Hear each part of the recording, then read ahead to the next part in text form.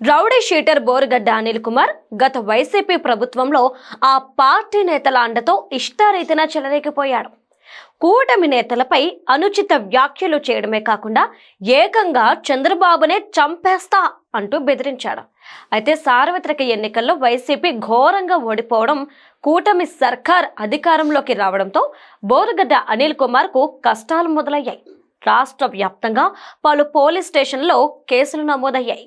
Borugadda Anil history మొత్తం వివాదాస్పదం కావడం, జనాల్లో నెగిటివ్ రావడం గమనించిన వైసీపీ బోరుగడ్డను వదిలించుకునే ప్రయత్నాలు మొదలుపెట్టింది. వైఎస్ఆర్ కాంగ్రెస్ పార్టీకి బోరుగడ్డతో ఎలాంటి సంబంధము లేదని తాజాగా ఓ ట్వీట్ చేసింది. ఇక బోరుగడ్డ అనిల్ కుమార్ అనే వ్యక్తి వైఎస్ఆర్ కాంగ్రెస్ పార్టీకి సంబంధించిన వ్యక్తిగా ఇటీవల కొన్ని మీడియా ఇంటర్వ్యూల్లోనూ సోషల్ మీడియా వేదికలపై కనిపించడం, ప్రస్తావించడం, ఆపాదించడం జరుగుతోందని ఇందులో తెలిపారు. వీటిని వైఎస్ఆర్ కాంగ్రెస్ పార్టీ ఖండిస్తోందని ట్వీట్ చేసింది. అయితే బోరుగడ్డ అనిల్ మాత్రం తాను వైసీపీకి చెందిన వాడినేనని చెప్పుకొస్తున్నారు.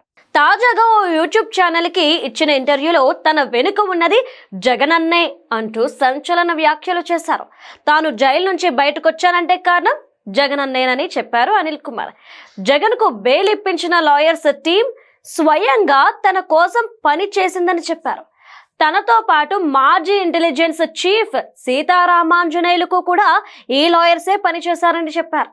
ఈ లాయర్స్ టీం రాష్ట్రంలో ఇప్పటి వరకు కేవలం తమ ఇద్దరి కోసం మాత్రమే పనిచేసిందన్నారు. దీంతో బోరుగడ్డ అనిల్ కుమార్ వెనుక వైసీపీ అధినాయకత్వం ఉందని మరోసారి నిరూపితమైంది. బోరుగడ్డ అనిల్ తమ పార్టీ వాడు కాదని ఫ్యాన్ పార్టీ ఎంత చెప్పుకుంటున్నప్పటికీ జనాలు నమ్మే పరిస్థితి కనిపించడం లేదు.